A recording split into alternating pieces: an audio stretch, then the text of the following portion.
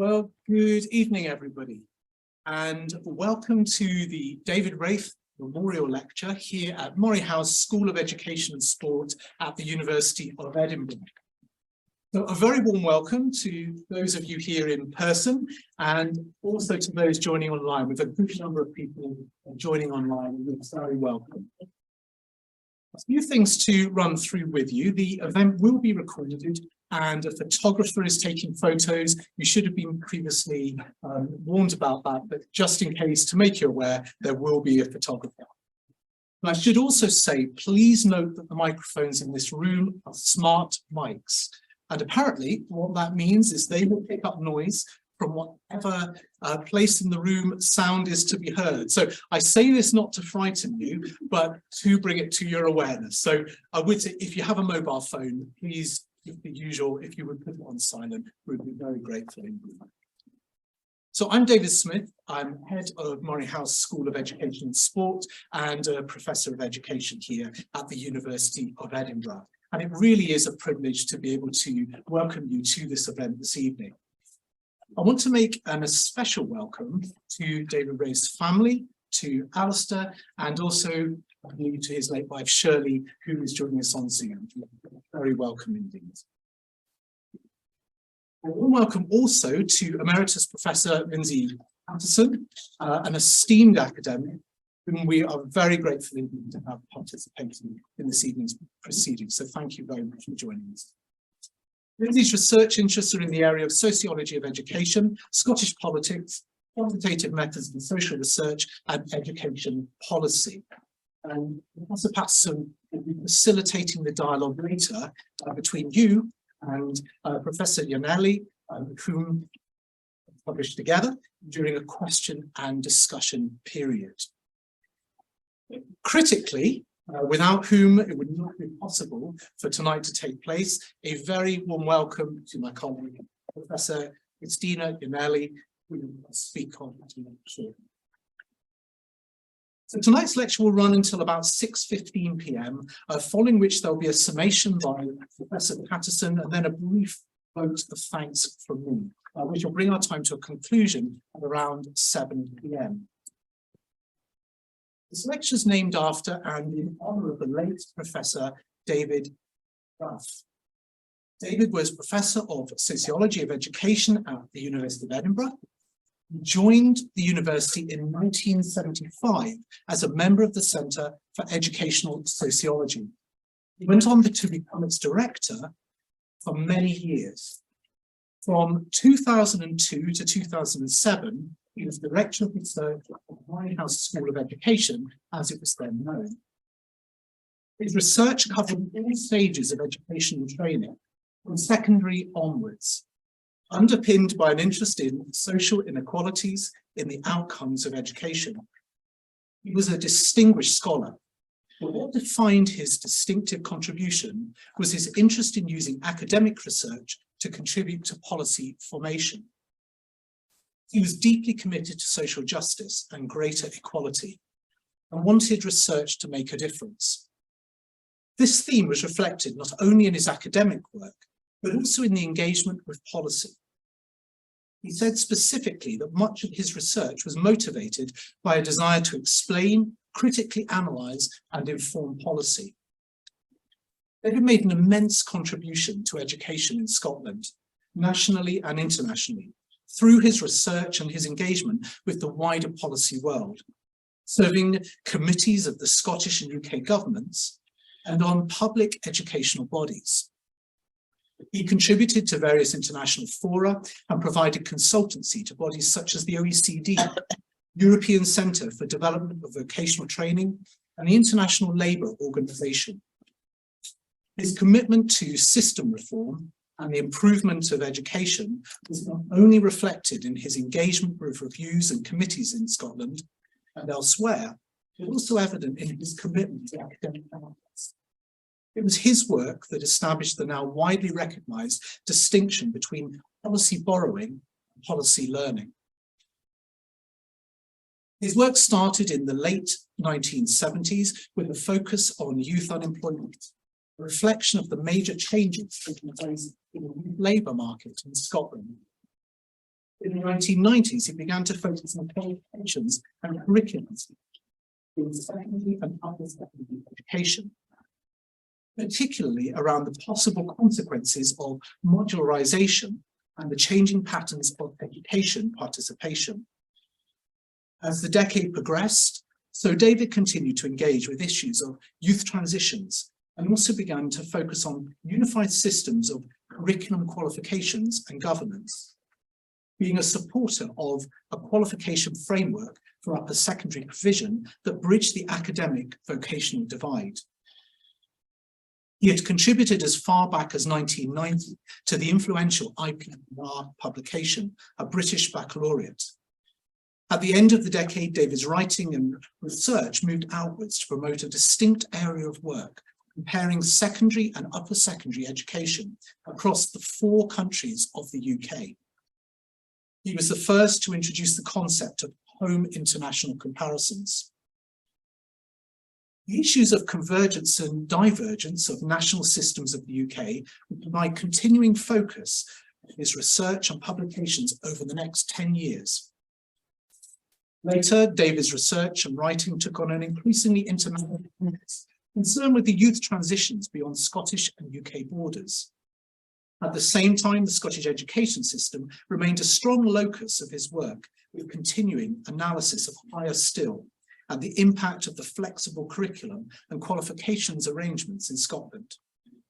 David's research on the Scottish credit and qualifications framework brought him into the field of national qualifications frameworks that were developing across the world. He played a key role in the International Labour Organization's project on implementing NQFs across 5 continents. In his last 5 years, David's research focused on inequalities in transitions to higher education and the issue of the stratification of higher education across the 4 countries of the UK, investigating the more subtle forms of inequalities arising from the differentiation of HE institutions. Much of David's research on transitions used data from the Scottish Young People's Survey, SYPS, as well as international surveys. The SYPS was discontinued by the Scottish Government in 2008. As a strong advocate of quantitative evidence, David was deeply frustrated by this decision and the consequent lack in Scotland of system-wide evidence based on longitudinal data. While he recognised and used administrative data for research purposes, for example, UCAS and HESA, data on applicants and entrance to higher education, he, in common with many other researchers, was only too aware of the considerable limitations of these administrative data sources. David's last academic work was a co-editor and author of the book Everyone's Future, Lessons from 50 Years of Scottish Comprehensive Schooling, which reviewed evidence on the past 50 years of comprehensive schooling in Scotland to draw lessons for the future. Writing the book brought home the consequences of the loss of the SYPS and any adequate replacement source of data. Lack of data after 2005 meant, for example, it was not possible to analyse properly the impact of Curriculum for Excellence on social and other inequalities on young people's opportunities, attainment and progression. Instead, it was a matter of trying to pull together inadequate published statistics to give some sort of approximation. Although David had been ill with cancer, his treatment had proved successful and he was well on his way to recovery. His death in February 2015 was therefore a shock to everyone. What was striking in the many messages received from colleagues in the UK and abroad was the sense of personal loss that they conveyed, as well as the intellectual loss. It highlighted his honesty, integrity, modesty, and openness in all his encounters. He was a principled researcher and a generous and supportive colleague. Professor Cristina Iannelli, who you have gathered together to hear this evening, is Professor of Education and Social Stratification at the Moray House School of Education and Sport, the University of Edinburgh. Her research interests include social inequalities in education, social mobility, youth transitions, cross-country comparative analysis, and advanced quantitative research methods.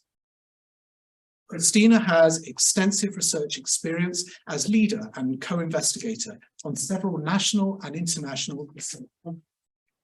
Most recently, 2017 to 2021, she was co-director of the ESRC large grant, Understanding Inequalities, a multidisciplinary and international research project, which aimed to explore the causes, consequences, and policy implications of social inequalities across different dimensions and spatial scales. From 2013 to 2017, she was co-director of the ESRC-funded centre ACMAN, Applied Quantitative Methods Network, here at the University of Edinburgh. And she also led the Education and Social Stratification research strand of that project. Cristina is a fellow of the British Academy and the Academy of Social Sciences. She's a member of the Economic and Social Research Council's Strategic Advisory Network and also serves on the ESRC Data and Infrastructure Skills and Methods Expert Advisory Group. Professor Iannelli's lecture focuses on a topic at the heart of David Waif's work, social inequalities in education, and in the transition from education to the labour market. Drawing from the research conducted in two ESRC-funded research programmes, ACMAN 2 and Understanding Inequalities, Professor Iannelli will present some key findings about the role played by individual, family, area, and institution level factors in the reproduction of social inequalities in education and the labour market. She will also discuss the importance of using new linked administrative and survey data and advanced statistical methods to provide robust evidence for policy and practice. So without further ado, please do join me in welcoming Professor Iannelli in the usual way. Well, first of all, I would like to thank you for inviting me today to give the annual lecture in memory of David Waif. I can say just that, for me, it's a real pleasure and a real honor to talk about an area of research in which David clearly was very much involved, which was at the heart of his work, so inequalities, social inequalities in education and the labour market. I just start with a personal note. I started my research career as a researcher in the Center for Educational Sociology under David's leadership. So you can imagine how important it is for me to be now today here to actually talk about research which from which I learned from David, which I learned from research that David has actually conducted in the same area. So I learned a lot from him. I learned a lot from the researcher working in the Center for Education and Sociology, including Linda, who is here, and Cathy Howison, who should be online. I hope I can say that the research I'm going to present today, and I've been conducted in the last probably 8 years now, together with senior colleagues like Lindsay here, but also other international partners like Adam Gamoran, who also contribute to the CES research. And the research which I've conducted together with early career researchers, who are not early career researchers any longer, like Adriana, who is here, is really a continuation of the research tradition of the Center for Educational Sociology. In which way? Well, we strive to actually produce rigorous research. And we do it because we believe research should have an impact on policy and practice. So there is clearly the same, I think, intention, motivation behind the work we have been conducting for at least the last 10 years or so. I would like to start with a quotation from UNICEF. Educational policies and practices can reduce or reinforce educational inequalities stemming from children's starting points and ongoing family circumstances. Well, I believe, and I believe also David believed, that education policy and practice matters for inequalities. And this is why decisions on educational policies and practices will have impact on individual life. And this is why it's important to provide robust and empirical evidence to inform these decisions. And as actually David already said, David Rafe was a strong believer in the power of quantitative research, because quantitative research allows us to provide nationwide evidence, which is essential for informing policies. I think one of the hardest tasks that for any policy change or a policy reform is to identify what to change and what to retain of the old system. And I'm thinking about what's going on at the moment with the review of qualification and assessment, where debate sometimes seems to be centered more on personal opinions, individual experiences, anecdotal evidence. So I hope that this is just an impression I have. I hope actually that any decision will be taken will be strengthened by empirical evidence. And I hope that any evidence, the most important, the research evidence, will actually be the starting point for the discussion before actually taking any particular direction in terms of reforms of the qualification system. So, as I said, a rigorous and careful analysis of data can generate essential knowledge on the factor behind social inequalities. And also on the fact on what actually knowledge about what has or has not worked in the past and in other contexts as well to tackle these inequalities. I think it's important again. I have an historical memory of the Scottish case. There's been quite a lot of reforms, and I think a revision to go back, I would say, going back to some of the writing, for example, that David Rafe has published is important because, again, there is a lot to learn from past experiences. I think thanks to the also power that we have in terms of computer powers and statistical powers that we have, and the statistical knowledge we have accumulated over time, we are able to go well beyond description now with quantitative data, so we can actually try to explain phenomena much more and to identify factors which are very important and which are very relevant for tackling inequalities. And if I may be with ambition, we can start to speak about also causality among these factors and the consequences of these inequalities. So, but I will return to the data issue at the end of the lecture, so I don't want to spend too much time on that. I want actually to provide examples from the research we have conducted. Oops, sorry.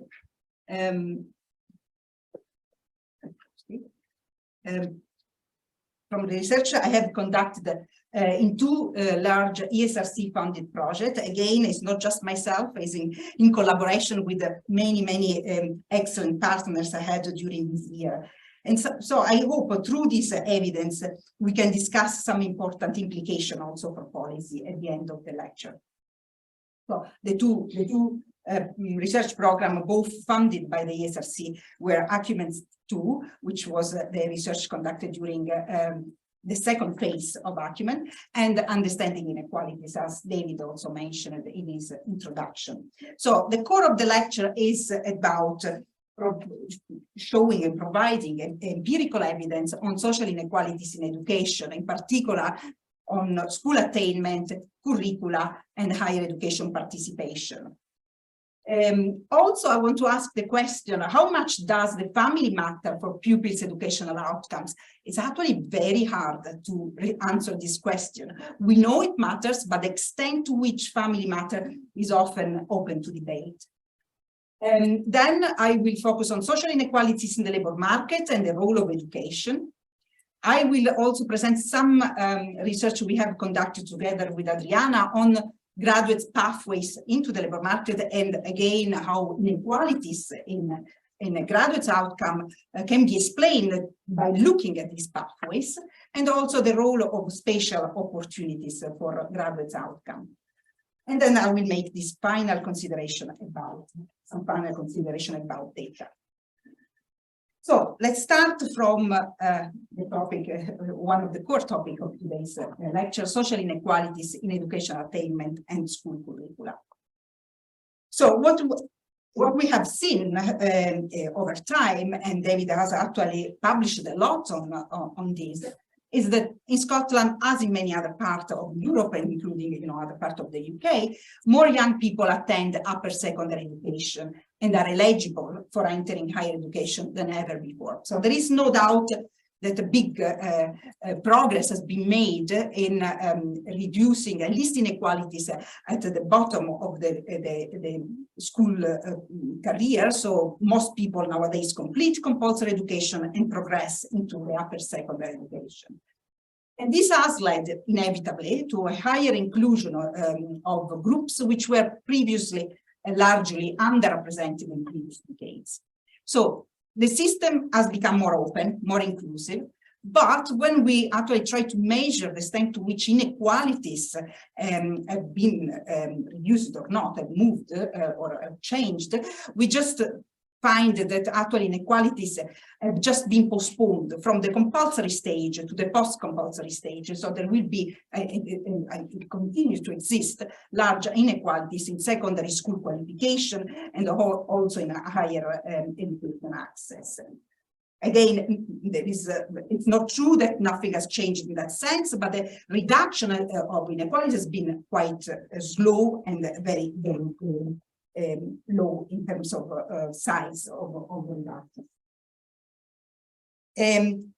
Some warnings though, because most of the policies are, especially here in Scotland, tend to be based on aggregate data. So the Scottish government publish regularly inequalities in educational outcomes based, for example, on geographical level factors like SIM, the Scottish Index of Multiple Deprivation, or sometimes, when we are lucky, I would say, school level also factors like the percentage of free school meals pupils, so people who actually benefit from free school meals.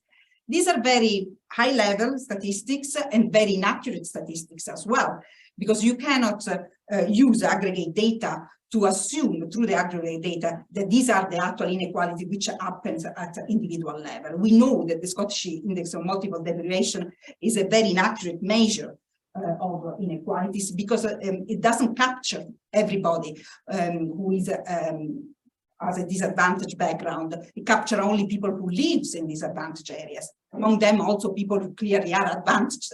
So the risk is, as for example, also Linda has demonstrated with her work, that indicators like for opening up access into higher education, which are based on this kind of information, tend to facilitate entry into higher education of people maybe not so disadvantaged, but living in disadvantaged areas who are doing well at school. So it's not actually tackling the problem of people who are really disadvantaged because of their family background. So we need to make sure that we are aware that these kind of measures are really very inaccurate measures. But also researchers struggle to actually provide an accurate measure of inequalities at individual level. So even when we have individual level data, we have access to surveys or administrative data at individual level, we often know very little about the family background of students or pupils. And this means that we inevitably ended up underestimating the full extent to which family of origin matters for young people's chances of obtaining higher levels of education.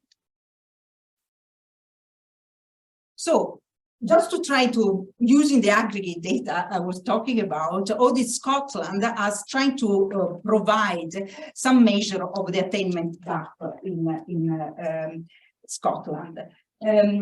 It's interesting because these are the usual measure, especially the top half of the panel there, is the usual measure which is published in all the Scottish government reports. So people who have been awarded one qualification at SCQF level 4, 5, 6, which are of course national 4, national 5, higher and advanced higher. I found this almost meaningless, because having achieved one national 5 or having achieved one higher doesn't really lead to any particular positive destination, even though that is the assumption. So I would prefer to concentrate on the second half in the second panel, which look more specifically at the percentage of school leavers who have achieved at least 5 hires or 5 national 5 or 3 hires. These are the kind of qualification which help people to get into, progress into higher education and also get better labor market outcome. In this case, these percentages presented here are the percentage point gap between pupils who are in the most deprived areas and pupils who are in the least deprived areas. And as we can see already from these figures, the gap is big, it's stark, and something which we should be worried about. But another important differentiating factor among people from different social backgrounds is not just the attainment gap, which is recognized by everybody being a big problem, is also that the people from different social origins tend to also choose or being channeled, I leave to you the choice of the word, into different types of pathways in terms of curriculum pathways. So, and the research we have conducted in Acumen showed that subject choice are crucial for gaining access to prestigious universities and for entering professional jobs. So pupils from more advanced background tend to study a larger number of academic subjects like English, math, sciences, or languages, and these enhance their chances of entering university and also professional managerial occupation. To give you an idea of what we estimated at the time, around 2/3 of the association between social origin and higher education entry could be explained by curriculum choices.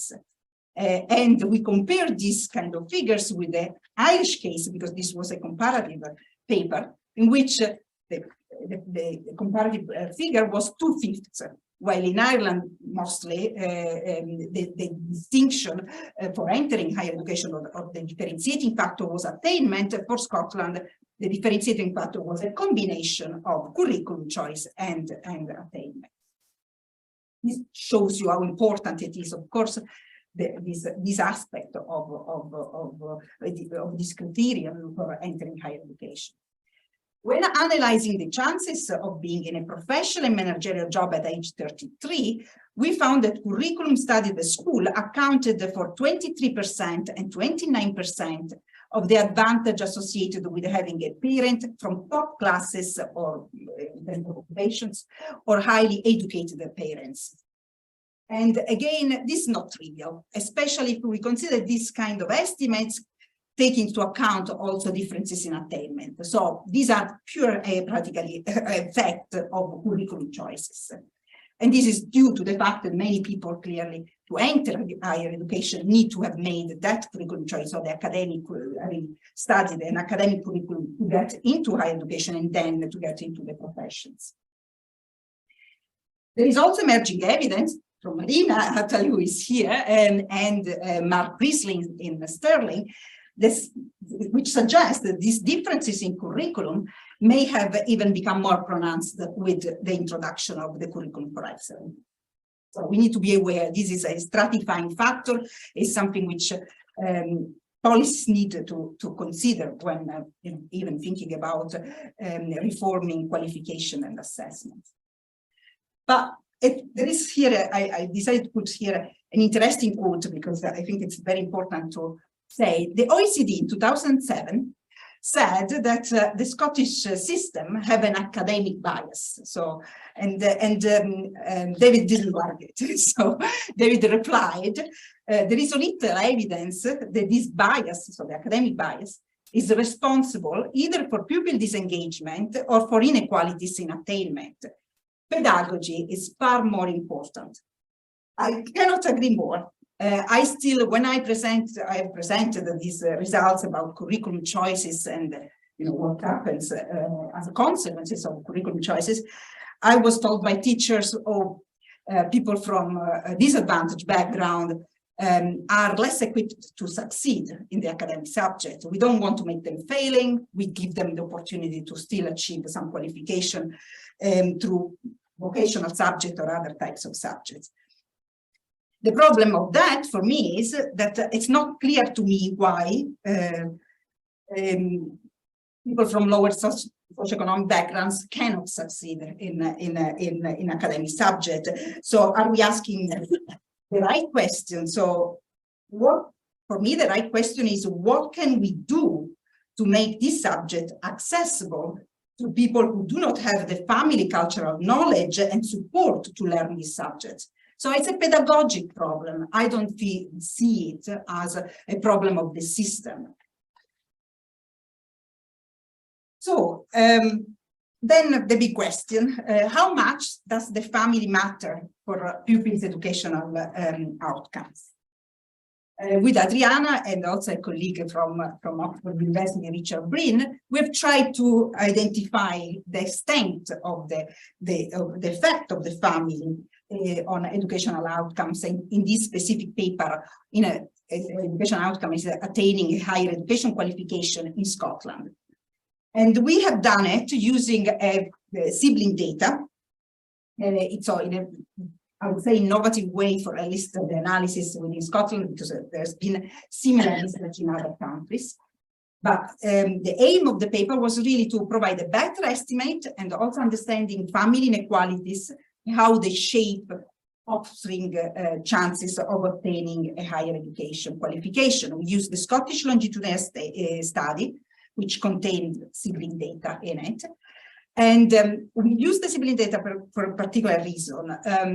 The research design, the sibling design, is an important analytical strategy to capture the family environment as a global measure. So when we look, for example, in this case, at correlation between siblings, we are trying to capture all the effect that the family had on siblings. So if the similarity in the outcomes among siblings is high, you can see that there is a strong effect of the family, while if the correlation in the outcomes of siblings is low, there is less intergenerational transmission of advantage or disadvantage.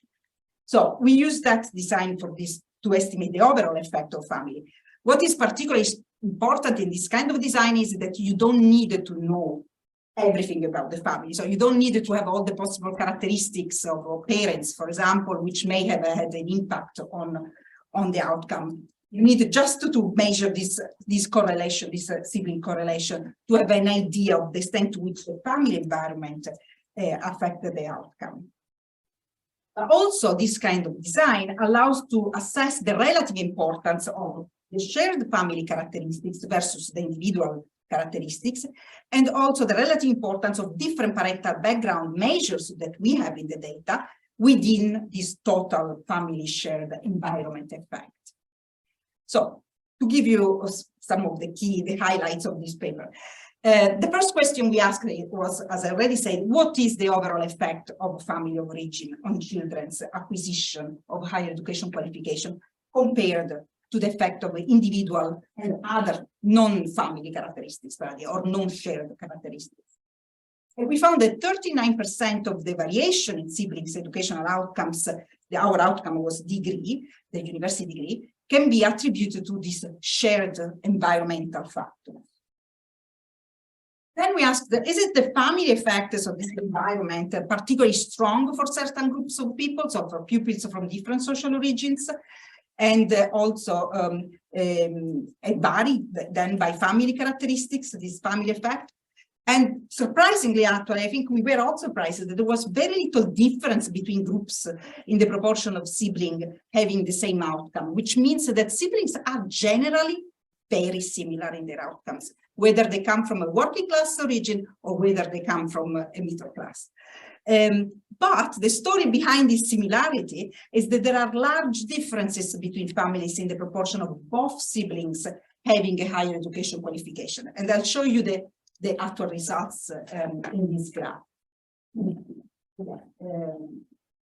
this graph, we can see the proportion of sibling pairs having achieved the same outcome.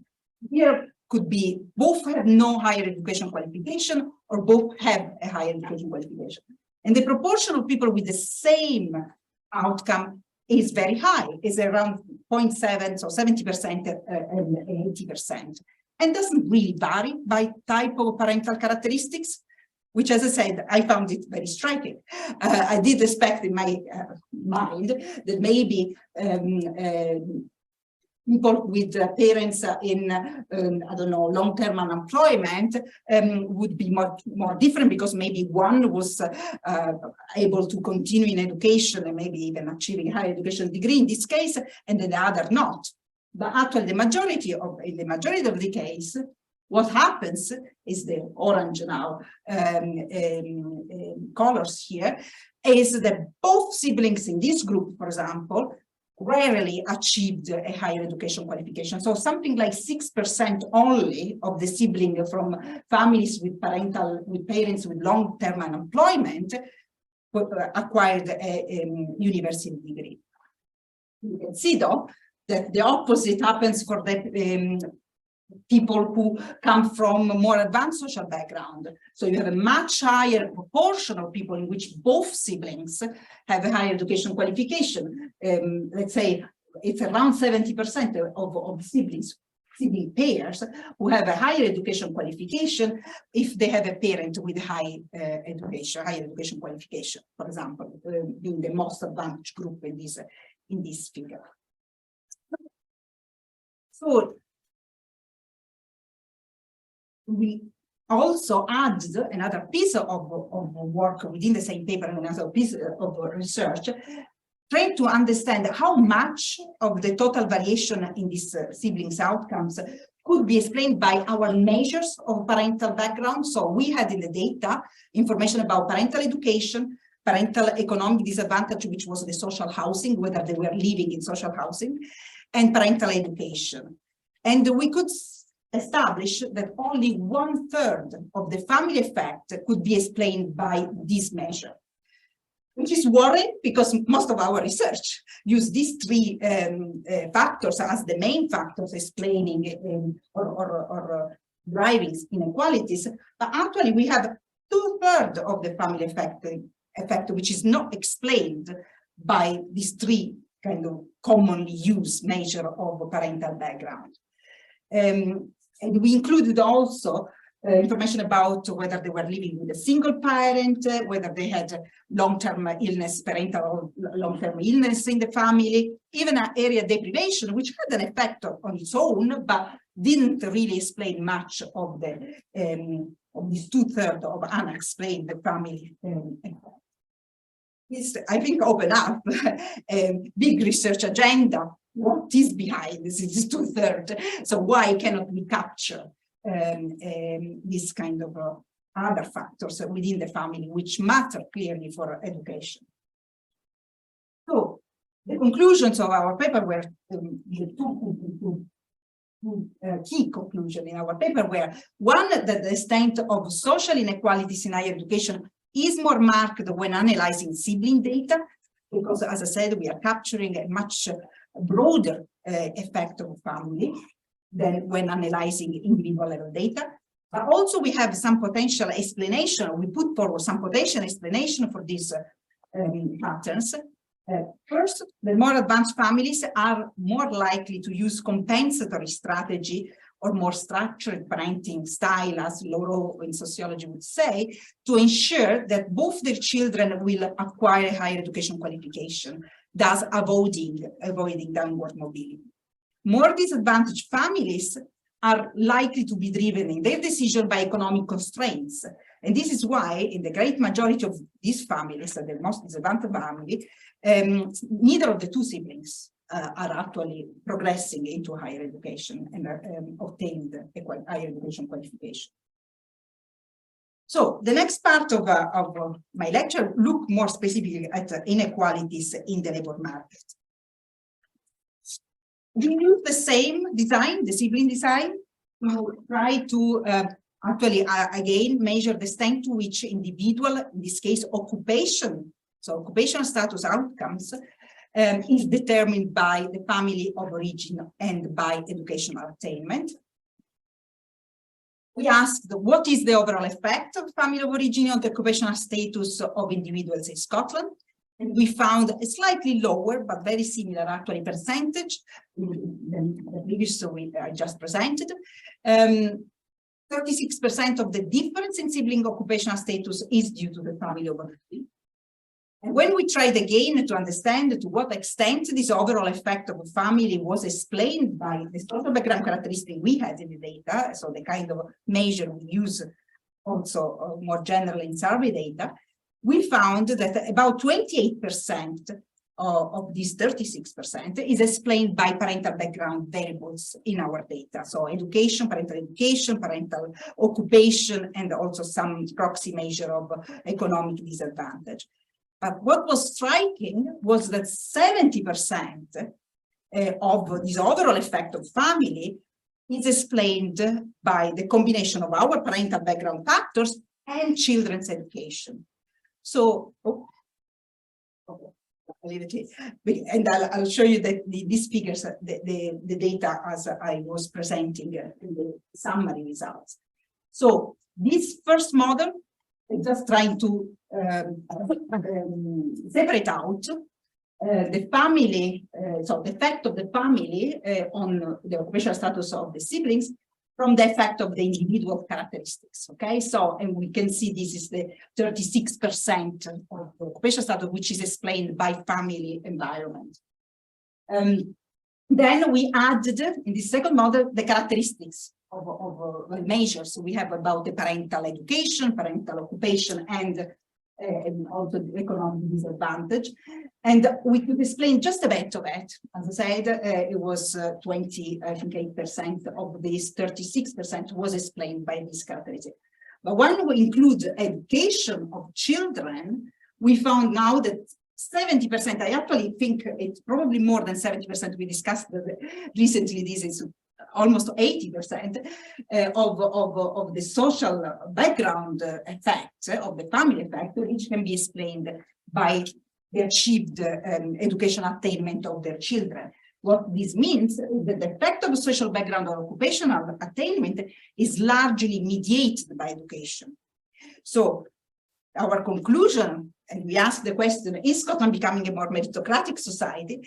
Our conclusion is that the family matters, but not as much as we probably have always said in terms of finding a good occupation, because the measured and unmeasured family background have the only weak association with children occupational status once we take into account attainment. So once we consider that children may have different educational attainment depending on which family they come from. So in terms of job allocation, I would say Scotland appears to be relatively meritocratic. But, there is a but, this is offset to some degree by the fact that education attainment in Scotland continue to be heavily dependent on social background. So I would say if we sorted out the inequalities in education, we actually have a good chance to also have a better, more equal occupational outcomes. We also focus, as I said, on specifically on graduates.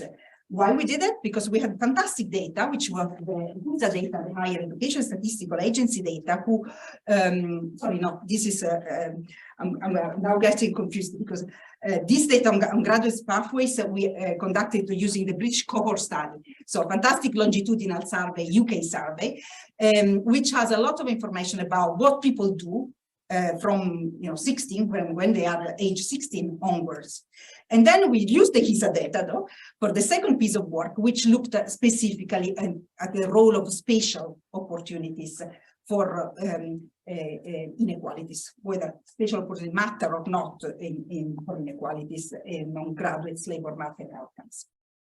So this piece of work with Adriana and also Bojena and UCL used the British cohort study, 1970 British cohort study, and aimed to investigate the education and labor market trajectories of degree holders across their life course. So we include movement in and out employment and also different type of occupational classes that they may have entered And also look at trajectory. So we used the sequence analysis is the actual method. And we're trying to look at the different trajectory and whether these different pathways, graduate pathways into the labor market, were different also by social origin of graduates. The main finding, well, graduates follow a variety of pathways. I think we identified 6 main clusters, but there is clearly a lot of variation in the experience the graduates have once they leave university. But strikingly, we could see very clearly that some pathways were more advantaged and smooth, so direct entry from school, university into the labor market, which was probably the old traditional way to move from school, as I say, to university to the labor market, but with a lot of other pathways which involved a considerable amount of time spent in non-graduate jobs. And guess who is in these different types of pathways? Well, the less socially advantaged graduates are clearly in those pathways, the turbulent ones, as we call them. So they don't get access into the profession straight away.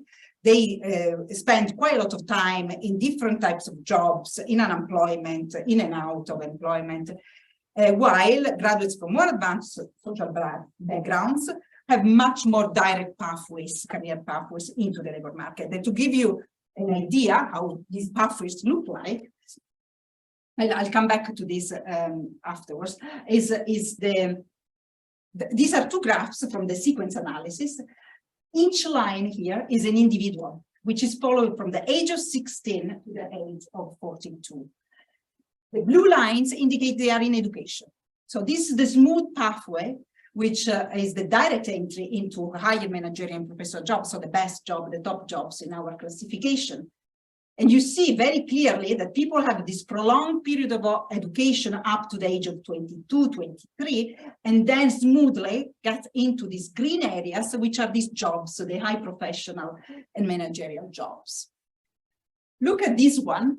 This pathway, again, graduates, these are all graduates, but much more turbulent because you have, first of all, a predominance of what we call semi-routine and routine occupations, so the non-graduate jobs, which start actually very early on, from early, teens and 20s years of age. The kind of education, which is probably, these are spell of education, possibly also in higher education, because as I said, these are graduates who didn't graduate, many of them, straight away after having left school. So they have quite a lot of different spells and a lot of experience of education. Some of them, fortunately enough, after these blue lines, so after this experience of education, have managed to get a professional job, even though this is the group of who are in the lower professional and managerial jobs. Many of them are stuck into the kind of semi-routine and routine occupation. And again, a lot of spells of unemployment, inactivity in this pathway. If I can go back one slide, what we found is the 2 factors which also were very important and explain the direct entry into high professional and managerial occupation was the age of graduation, the fact, as I said, that people smoothly went from school to higher education into the labor market, and the type of university attended. So these are the people who went to the most prestigious universities and got into the best jobs straight away after graduation. So last piece of research, because I believe you must be tired to follow all this. Last piece of research I want to talk about is the importance of spatial opportunities. Again, our focus was on graduates in this case, and we want to enhance our understanding of how individual and contextual factors shape graduate job prospects, and also to provide a more comprehensive picture of how inequalities in the graduate labor market unfold. The main findings, well, first of all, graduates working in areas with a lot of job opportunity, especially the job opportunities which are clearly important for graduate jobs. So they have areas with a high percentage, for example, of professionals and higher employment rates, are more likely to obtain managerial and professional occupation. this probably is, it's natural, and you would think if there are more jobs, there are more opportunities to get those jobs. However, what I think was particularly important for us is to understand how inequalities manifest themselves in different areas with different job opportunities. And what we found that the social class gap in graduate chances of obtaining top-level jobs is large in regions with fewer job opportunities. You can imagine there is much more competition for few professional jobs. And who wants the competition? As usual, people who have already an advantage. And so in this case are the graduates with a higher social class of origin. While the social class gap is narrower in region with better job opportunities. But then we try to understand whether this was an issue linked to the place where the opportunities were, or whether there was also a selection issue. So the people move to the areas where there are best job opportunities. And we found that this pattern that I was discussing now was actually suitable to explain the mobile graduates. So we found that those who moved away from their area of origin ended up acquiring better job opportunities. And these people were particularly well equipped because they had higher, for example, attainment at the end of a higher education. They had also, they belong to specific fields. For example, it was particularly true for people who became doctors, so who, for example, studied medicine. And also we noticed what is more important, that this spatial mobility was an advantage for everybody, so for whatever social background graduates came from. And it was probably even more important for people from working class background, because it's in those areas that the gap in jobs reduced because of their higher probability of getting a professional job. I'm not going to probably to present this because I'm aware that I'm probably taking too much time, but just to show you, is the first panel you need to look at. This is the proportion of professional jobs available in different areas of the UK. This is a UK-wide analysis. The top lines is the people from the social class, so with parents with high managerial and professional occupation. The bottom line is the people who come from families with parents in semi-routine and routine occupation. You see the gap here at the beginning of this graph, which is where the areas have low proportions of professional jobs. The gap is larger, but this gap reduces once with the increase of the jobs, professional jobs available in the area. I think, as I said, as research evidence, this is it for today. What I'm just hoping to take the final few minutes is to discuss and to have some consideration about data. Over the years, researchers in Scotland have become more and more concerned about the limited availability of data to study education and also youth transitions. For this type of research, we need individual level data. I hope I convinced you that these are the best data, not aggregate level data, school level data, and area level data. As I show you, all are very important factors to be taken into account when we do this kind of research. Of course, the best is if the three types of data are merged together, are linked together. Longitudinal data are essential. I'll show you how, for example, the graduate pathways was a very interesting kind of work, because you can actually see what happens during the early years of education until people leave school, enter to higher education and go into the labor market. And a combination, for me, the best types of data are a combination of survey data and administrative data. Administrative data, we have very limited information there, especially in terms of social background characteristics of individuals. Survey data are incredibly rich. You can ask also very important questions related to motivation, attitudes, for example, towards education. All these kind of information are not available in administrative data. If you think this is to ask too much, Well, look at England, they have done it. They have many data of this kind available for their work. I don't see why Scotland cannot have similar data. I want to conclude. I think I want to leave the final words to David, actually. And also David, our head of school, has said that this was a concern David had about the lack of data. So David wrote, 30 years ago, Scotland survey data and its policy-related research made it the envy of policy analysts elsewhere in the UK. Now the position is reversed. England and in many respects, Northern Ireland and Wales have superior data of which they have made good use. For a country that aims to encourage progression through the 3 to 18 curriculum, to encourage positive sustained destination, to promote flexible learner journeys, to improve pathways between school and employment, and to promote equity and social justice in all of these things, this absence of systematic evidence on policy processes and impact is unfortunate.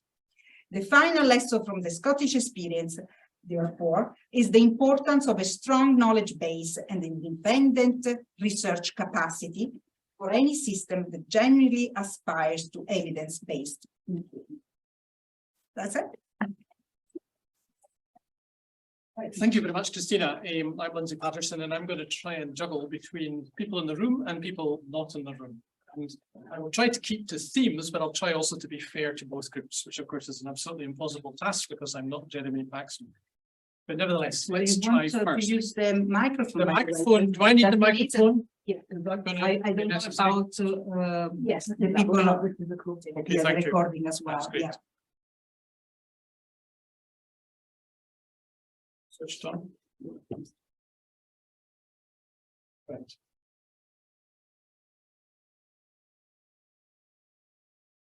Okay, let's start with a question from who would like to. I actually have several questions. Thank you very much for this very impressive research. And I have several questions. Like first is, I was just wondering if, because you mentioned like this from the aggregation data, right? So is that like secondary data? Like, did you conduct any interviews or like talk to people face to face, or just like, that's my first question. And second question is that I assume that maybe you refer to some social educational theories rather than some psychological theories as your theoretical framework. Yeah, I'm a sociologist, so you're right that I clearly, my point of reference is the sociological literature. But I think point out something interesting, because when we try to separate out how much of the variation, for example, in sibling outcome is due to the family of origin and how much is the individual side is where probably also some research on psychological research may help to unpack that. So we know that people from, for example, disadvantaged background, there are people from disadvantaged background who have succeeded, who are good, who are actually managed despite all the obstacles that they get through their way.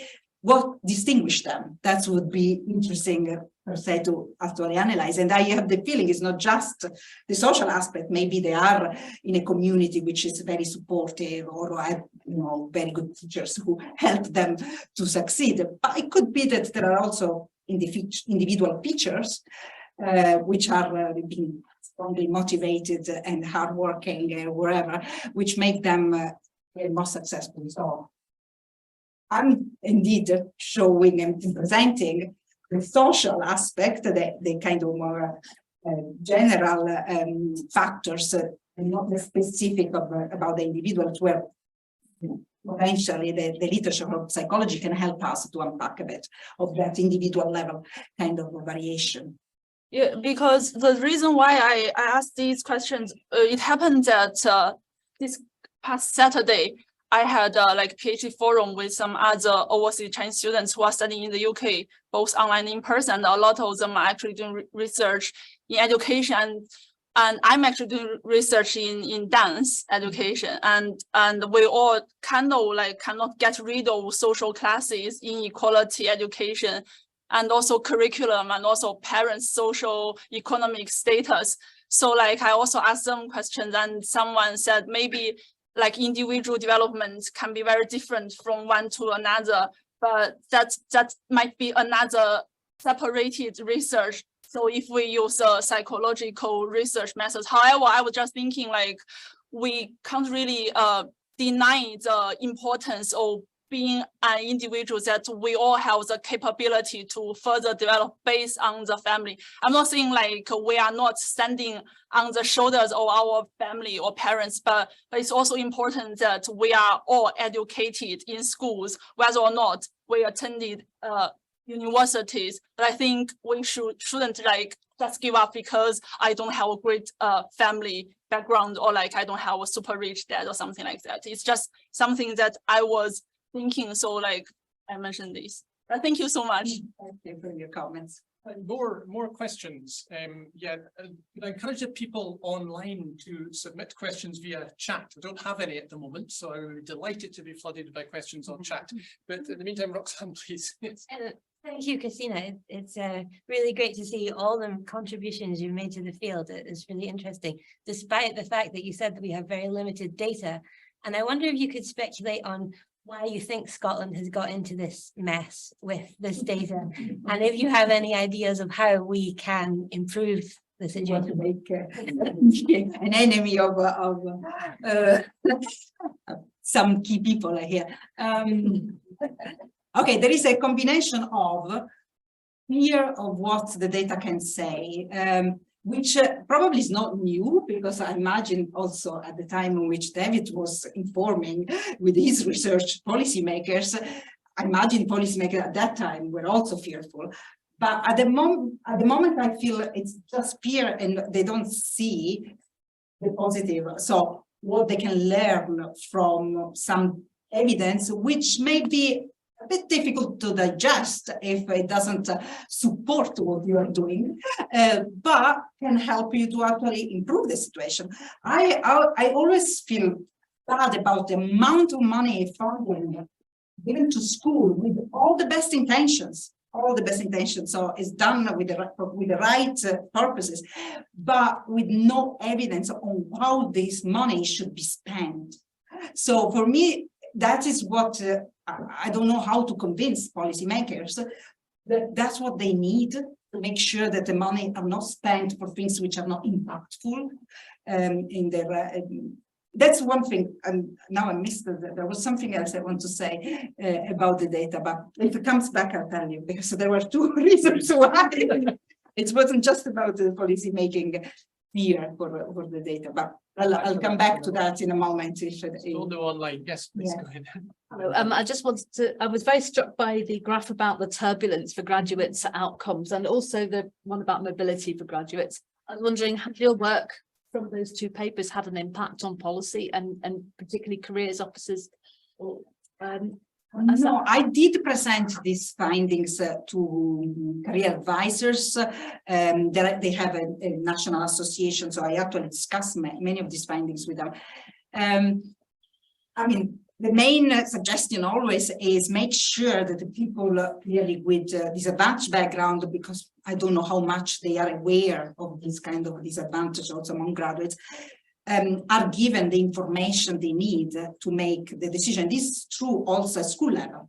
Yeah. So with curriculum, choices and so on, people need not to be diverse towards things which are easy, and so the school can then say, oh, we have a top number of people with hires. They need to actually know what are the consequences of certain choices. So sometimes I hear people say, oh, I should have taken, I don't know, biology because I want to go into medicine, let's say, or chemistry because I want to do, but I didn't. So too late, I can't do anything about it now. Now, of course, middle-class families have all this information at home. And while this information is not so easily available for people from lower social background, and this is a school as well as university and so on. So what I always say, make sure this information is out there for people to know what particular degree or what particular opportunities are available in different areas of the country. Of course, then the mobility issue is an issue that clearly who can take advantage of being mobile. Again, if you have the economic resources, that is easy.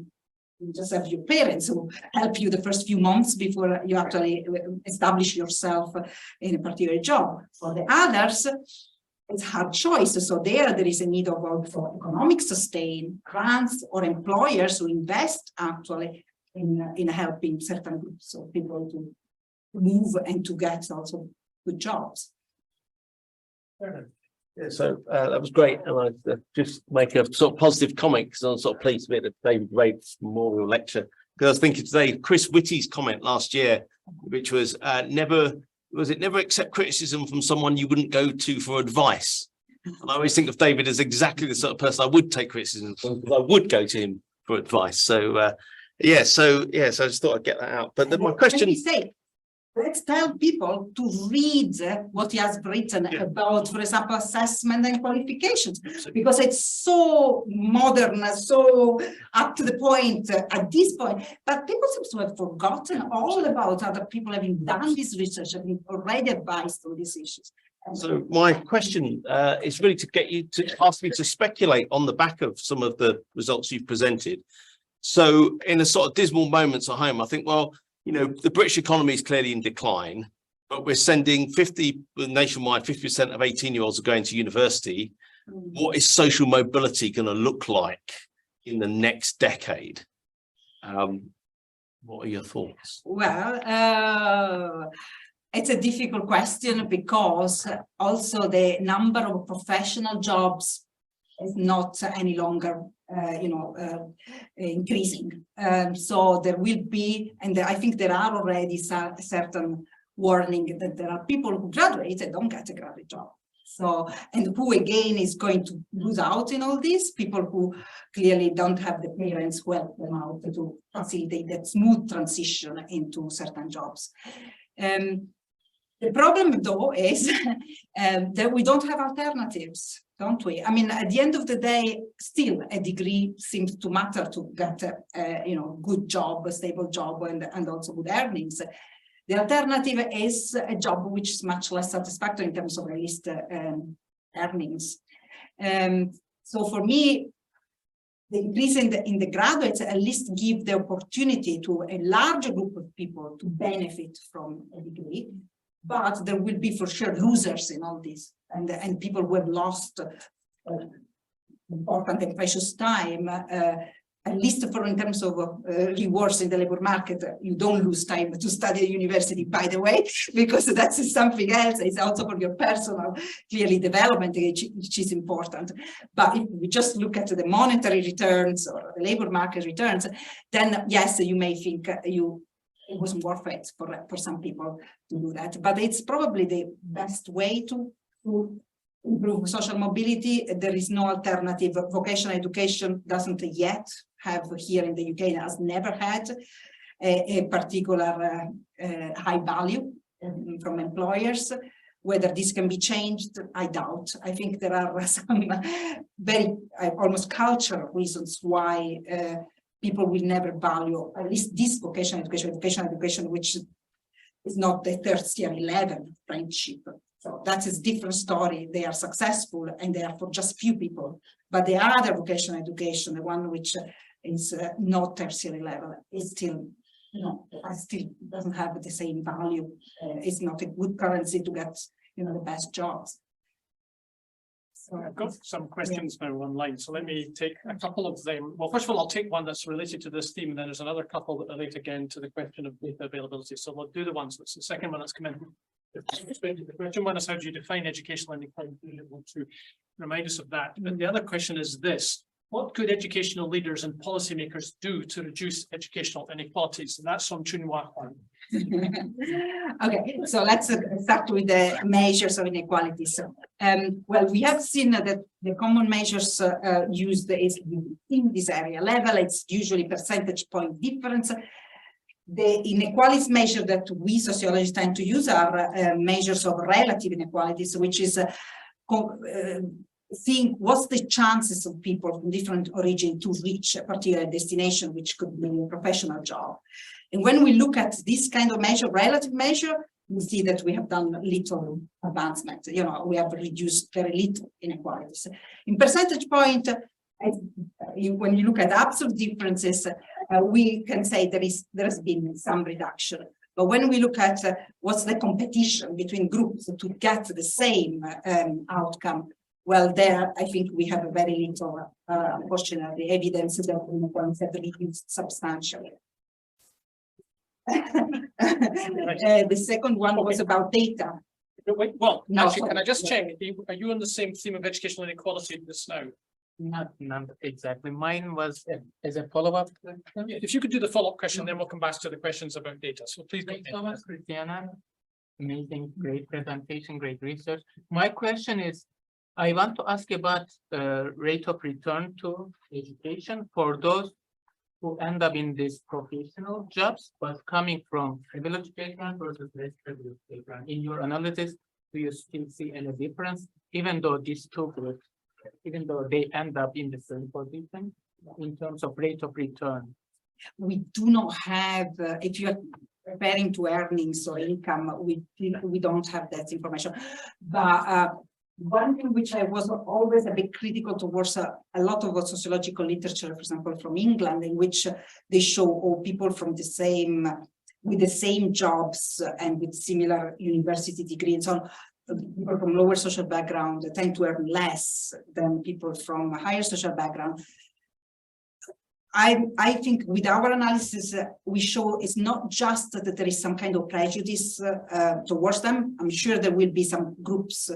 I think one was journalism. I think it was Lorison and a group. It's not just that. It's that they have, as I showed you, people from lower social background graduate later. So they start the process of getting into the profession jobs much later. And so if you look at 42, you find, compare the two and say, okay, they earn less, there is a disadvantage. But maybe if you don't take into account when they have graduated, maybe it's due to the fact that they have graduated when they were in the late 20s or 30s.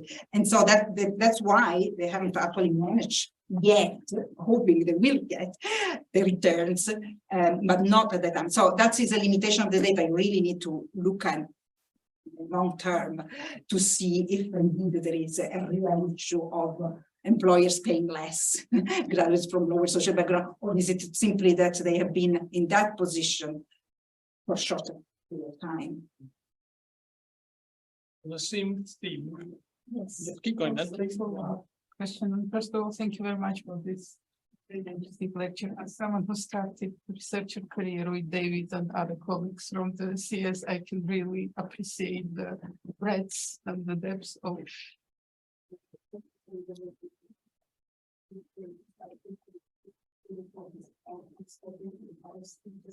So my question is in relation to different outcomes. Do you have chance to look at different programs of graduate studies which lead to different outcomes by social origin? Yes, there are different evidence we have accumulated. One is the paper that we wrote together, Lindsay, about field of study, and we found that generally speaking, while we see a clear social stratification by type of institutions, so we did see clearly that students from higher social background go into the Russell Group universities, and they probably have get also an advantage from that. Indeed, the type of institution attended was one of the key factors which explain also the smooth transition into the professions. So there are clearly advantages linked to that. For field of study, I think it's still quite mixed.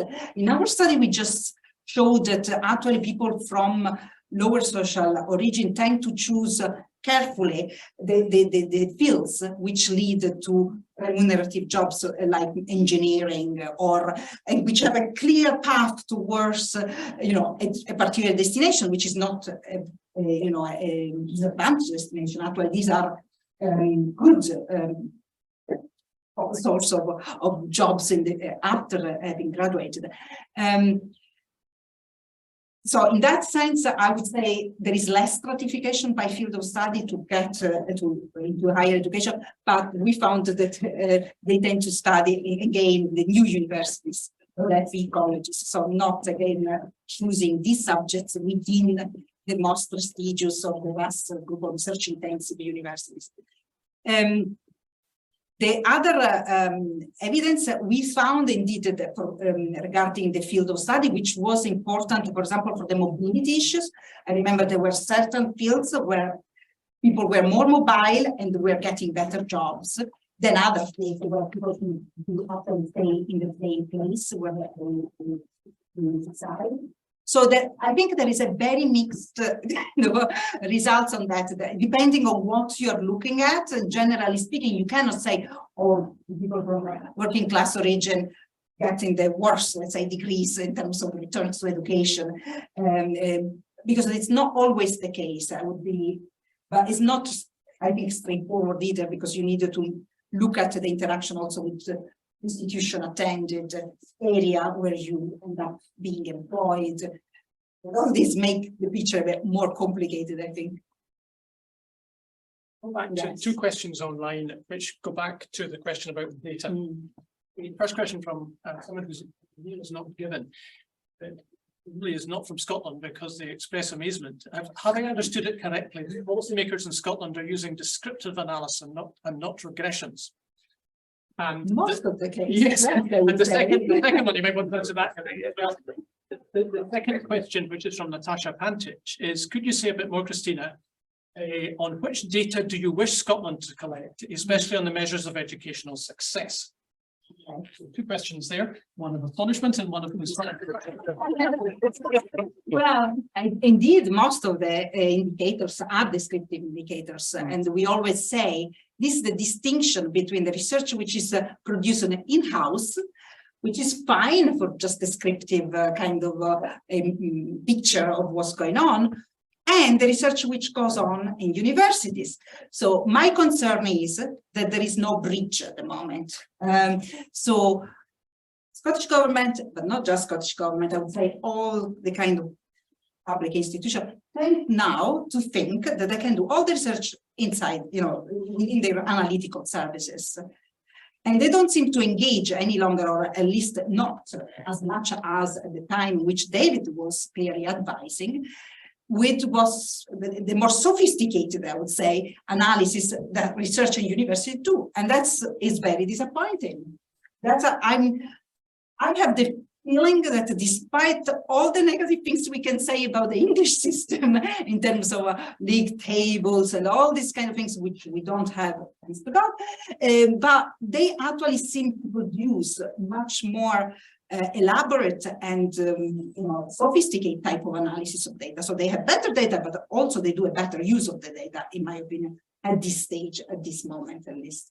The second one was, what would you like them to, the Scottish government to collect in terms of data? Well, funny enough, some data are already collected, but they are not made available.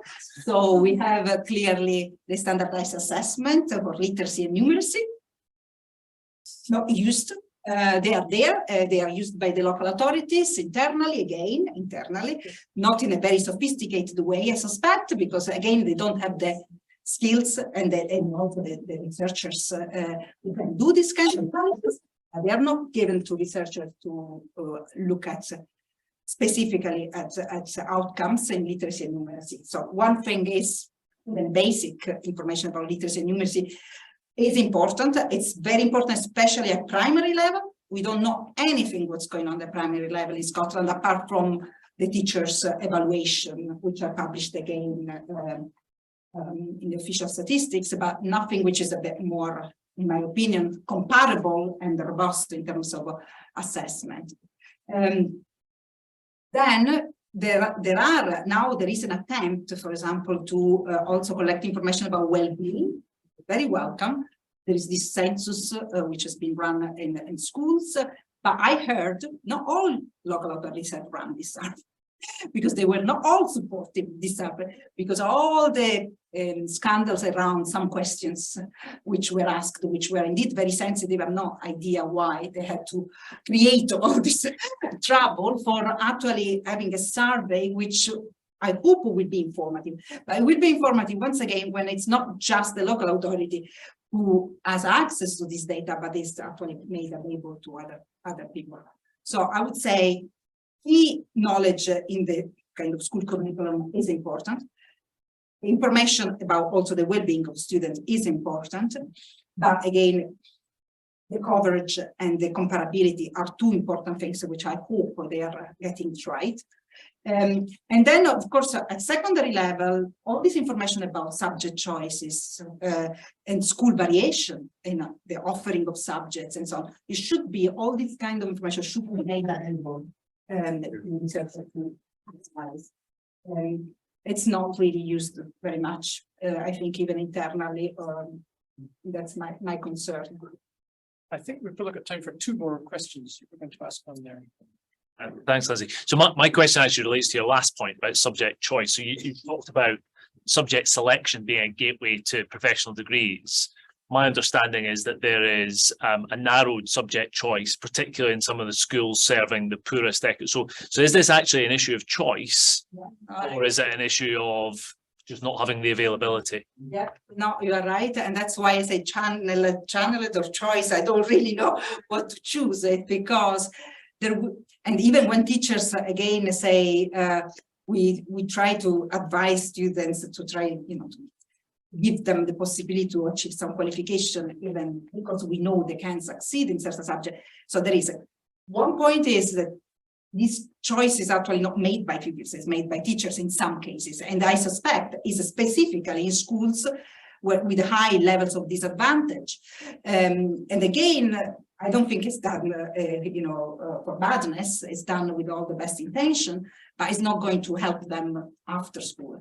So then there is the issue that, of course, some subjects, because picked by just a handful of people, will not be offered by the school. They don't have the resources to offer those subjects. So, but I know that there is an attempt to move these pupils in the nearby school, which offer this subject. How successful this is, I don't know. I can't answer that. Again, this is not really public domain kind of information. How many are actually taking subjects outside of the school, and also with good, attainment, good success in these subjects. But you are right, and as Marina would, I think, show in her report to the Nuffield Foundation, there has been a narrowing of subject choice with the curriculum for excellence. Completely, I think, unintended consequence of the reform. But once again, maybe if policymakers had listened to people before making those implementing these reforms, some warning about this unintended consequence would come out from this discussion. Now it's kind of too late. They don't want to go back, change anything. They want to change the qualification, but the curriculum is fixed. You cannot touch it. So there is this problem that even the new, the review of the qualification, many people I know, because I've been part of discussion in these in subgroups forming this review. Many people say, but we need to discuss also the curriculum. You can't discuss the qualification without discussing the curriculum, and it's not possible at the moment. Last question here. Thank you. If I could return to the why don't we have the data question. I mean, sorry, comment first, it really strikes me that the Scottish Government can't use that one point in which policy cycle called evaluation without it. Have a word. You said that what we might discover maybe why and possibly that was the second one. Just remind me, they don't value, I think, research as much as they did in the past. So there is something about, I don't know, our standing as academics, which we have lost at a certain point. I don't know when it happened and why. But the current, I think, policymakers, sorry if I maybe be too critical, but Sometimes they are more important to listen certain voice, and I'm saying personal opinion, individual experience, even again, the voice of students, fantastic, but don't marginalize actually people who have been researching this area for a long time. They can tell you a lot about what works and what doesn't in the Scottish context. You know how many times we hear people from for example, funding or I don't know, ask for advice to people in England who do not know enough about the Scottish system, and they do not involve people like Lindsay and other people who are actually experts, you know, in the education policy in Scotland. Why? You know, it's again this business of not recognize the value of what we do, but also the fear of knowing so much. We can, you know, criticize what they are doing more than someone from England who is already, you know, very annoyed by what's done, how they are done in England. So they will see Scotland as an example of a fantastic curriculum, fantastic, you know, system, which I don't say the system is bad, but the system is not at the moment, we cannot do any research on the system. So there will be things which are actually to be corrected and things which are fine, but we don't know until we do the research. We don't know what is doing, in which area we are doing well, in which areas we're not doing as well. Thank you, Cristina. Right, let's bring it to an end. Thank you very much for all the questions and comments, certainly focusing in on the major things that you said tonight, Cristina. Let me sum up what your contribution tonight and more generally has been. First of all, what we saw tonight, briefly summarized, was an immense body of expert work. That's another thing that's not valued actually is expertise, and the fact that it takes an enormously long time to produce the kind of expertise that you demonstrated throughout the year, but also particularly tonight. This is not just quantification, it's quantification work done at the most advanced, most distinguished level possible. It's a case study of how to do it internationally. So that's the first point. And let me put us on a side here on this question of data. One of the tragedies of the Scottish situation is that we cannot in Scotland evaluate the impact of COVID on education. It is simply impossible. And that is in contrast, not just to the rest of the UK, but to the rest of Europe and indeed to the rest of the world. There are very few countries in the world in which there were not data that could do that. If they had that kind of data, it could do exactly the kind of evaluation that we simply can't do it. That's the third point. A masterclass in how to do quantitative analysis. The second point is, I'll come back to the policy question in a minute, but there is this point about just simply understanding educational and social change. We don't have to be policy relevant. This is sacrilegious, of course, in the presence of the head of school. But doing knowledge, creating understanding for its own sake is what actually universities are for. It's what we should be able to do where the policy advisors and the think tanks don't do, and that's fine, they do their thing because they are set up to advise policy and to try to shape policy. But we can't produce blue skies research, can't produce the basic understanding of where education and society are going, then we're no longer universities. But you do that brilliantly, Cristina, and you've shown it tonight. That is an understanding, not just where Scotland has been, but where all the economically developed world at any rate has been going with education in roughly the last 40 or 50 years. And the examples you gave us tonight are very good instances of that, generalizing beyond this particular place, but also pointing to some unique things.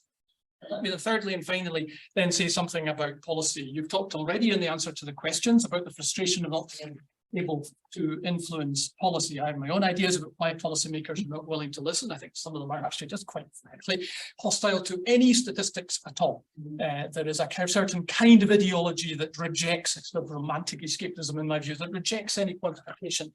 But let me also then say that there are other ways in a democracy to contribute to policy formation. And it goes under the heading of what the great policy thinker Carol Weiss called public enlightenment. There are channels by which your ideas, as expressed here tonight, get into the public debate, partly through the people in this room here and online, taking these ideas away, talking about them to their colleagues, talking about them to the students of their teachers, and eventually then informing the quality of debate. And that is a contribution in a democracy to policy formation, every bit as much as actually having a private meeting with a minister. And in fact, ultimately, probably more, because the minister is only there for a while. But democratic voters are there always. So you have contributed to policy in that way, more intangibly, less directly, but ultimately, actually more importantly. So thank you very much, Cristina.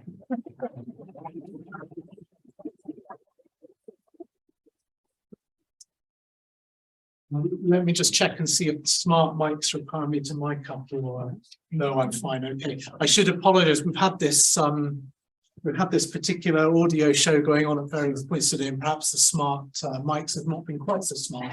However, thank you very much. Hopefully everybody, certainly in the room, I trust online as well. Those of you that joined online were able to hear without any problem. So I'm conscious of the time. It does fall to me to give a very brief vote of thanks on behalf of all of us and on behalf of those who are joining online as well. So thank you very much, Cristina. That was a hugely stimulating lecture. Thank you very much on our behalf. I think you've helped us to get behind the numbers. As you said in your title, easy to follow. as somebody who is a non-specialist in this area, I have made absolutely copious notes here. I think you've highlighted the role of David Race's work. You have, for me, I was really struck by the role of the curriculum choice as a strategy, back to the role of pedagogy. There's a lot of things that you've given us that are food for thought here, I think, indeed. Your plea, I think, repeatedly in coming through the questions as well, your plea for data, your plea that the data is made available, that it's of an appropriate nature, an appropriate type, something that I guess you would consider to be a baseline in order to further the really important work that you and other colleagues are doing. And I think that's something that has come over absolutely loud and clear this evening. I'm sure that's something that has been heard online. I guess as we face challenging times, and I know a colleague here touched on it in terms of his question, that as a country more widely, you're focusing our attentions on how social inequalities in education and the labour market come about. I think it's really highlighted for us that we need to keep these in focus, arguably perhaps more than ever, and that we need to enlighten these with data. That's certainly for me something that has come over. You've raised our consciousness there, and unfortunately in many ways, as we head forward, that's going to be even more pressing, sadly, I suspect. So thank you very much indeed for sharing your expertise with us today. Much appreciated. I should also say, in a wonderful summation there and a masterful question and answer session, the way you facilitated that discussion. Thank you very much, Lindsay, for supporting this event, helping move along our knowledge also there. So there are a few others, nearly there, but it would be absolutely remiss not to mention the others less seen who have gone into making this event possible. So Kathy Howison, Honorary Senior Research Fellow, Moray House School of Education and Sport. Linda Croxford, Honorary Fellow, Moray House School of Education and Sport. Pauline Patel, Senior Management Team Administrator at Moray House. Philippa Hurley, also Senior Management Team Administrator at Moray House. And thank you also to Alex Mackay. So thanks also to you. It's been great to have you here and for bringing this event and making it the lively event that it has been this evening. So thank you very much for coming, and we very much look forward to welcoming you back here to a future event at Moray House. And I should say, Lindsay, in terms of heads of school, I think we ought to have confidence. The innate value of knowledge is certainly something I think that we can all subscribe and commit to.